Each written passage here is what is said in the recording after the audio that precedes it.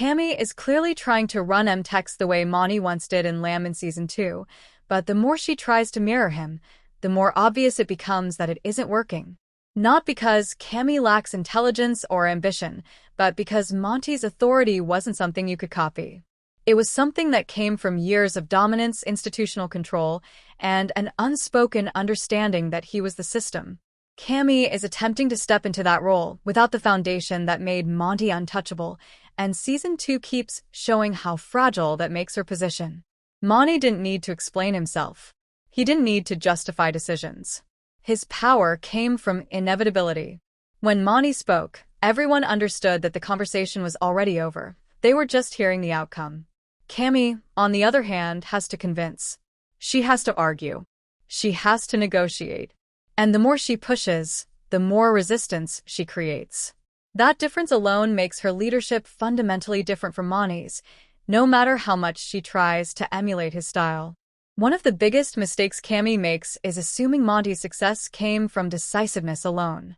In reality, Monty's strength was structural. He controlled the board. He controlled the money. He controlled the expectations. People didn't follow Monty because he was bold. They followed him because there was no alternative. Cami doesn't have that luxury.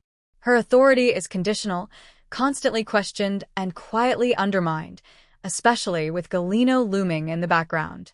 Cami's partnership with Gallino is where her attempt to be Monty really begins to unravel. Monty never needed an outside savior. He was the financial gravity holding M-Tex together. By relying on Gallino, Cami signals weakness, whether she intends to or not. She may frame the deal as strategic, but everyone around her understands the implication. M-Tex cannot survive without outside money. Monty never allowed that perception to exist under his watch. This is where Cami's leadership starts to feel reactive instead of authoritative. Monty dictated terms. Cami responds to pressure. Every risky decision she makes, especially the offshore drilling push, feels less like controlled confidence and more like a gamble designed to prove she belongs in Monty's seat. And proving yourself is never the same as owning power. Her handling of Tommy further highlights this contrast. Monty used Tommy as a tool but never mistook him for an equal. There was a clear hierarchy. Cami, however, can't fully assert dominance over Tommy without exposing her own insecurity. She alternates between sidelining him and needing him, which creates confusion rather than clarity. Monty never wavered like that. You always knew exactly where you stood with him. Season 2 repeatedly shows Cami making Monty-style decisions without Monty-level insulation. When Monty made a call that upset people, he absorbed the fallout because he had the authority to do so. When Cami makes similar calls, the backlash sticks. Board members hesitate. Employees question her motives. Tommy pushes back. Gallino watches and waits. The difference isn't competence, it's legitimacy. Another key failure in Cami's attempt to replicate Monty is emotional control. Monty was cold, but not emotional. His detachment made him terrifying. Cami, by contrast, is emotionally invested in being seen as strong. That desire bleeds into her decisions. She takes risks not just because they make sense, but because backing down would feel like losing. Monty never confused pride with strategy. The offshore rig decision is the clearest example of this. Monty would have calculated the risk, weighed the long-term exposure, and ensured he wasn't the one holding the liability. Cami barrels forward, framing the decision as confidence, but the show subtly reveals it as desperation. She needs a win. She needs proof. And that need compromises her judgment.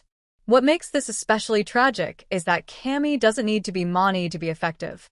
Her instincts are different, and when she trusts them, she's capable. But Season 2 shows her rejecting her own leadership style in favor of an imitation that doesn't suit her. Instead of building a new version of M-Tex, she's trying to preserve a ghost. Gallino understands this better than anyone. That's why he supports her just enough to keep her dependent. He knows Cami is chasing Monty's shadow, and as long as she's doing that, she'll never fully see the trap she's walking into.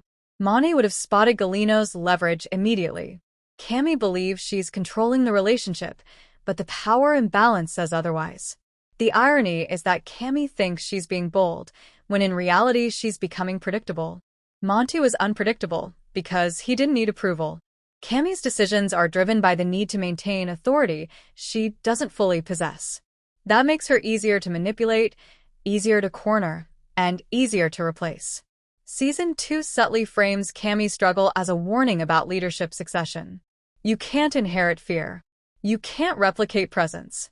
Monty's power died with his departure, and pretending otherwise is costing M-Tex stability. Instead of evolving, the company is stuck trying to reenact a version of itself that no longer exists. And that's why Cami is failing where Monty succeeded. Not because she's weak, but because she's trying to rule the same way in a completely different landscape. The industry has changed. The power dynamics have shifted. Gallino's influence has altered the game. Monty thrived in certainty. Cami is operating in chaos. By trying to be Monty, Cami is ignoring what the moment actually demands: adaptability, transparency, and restraint. Monty ruled through fear and inevitability.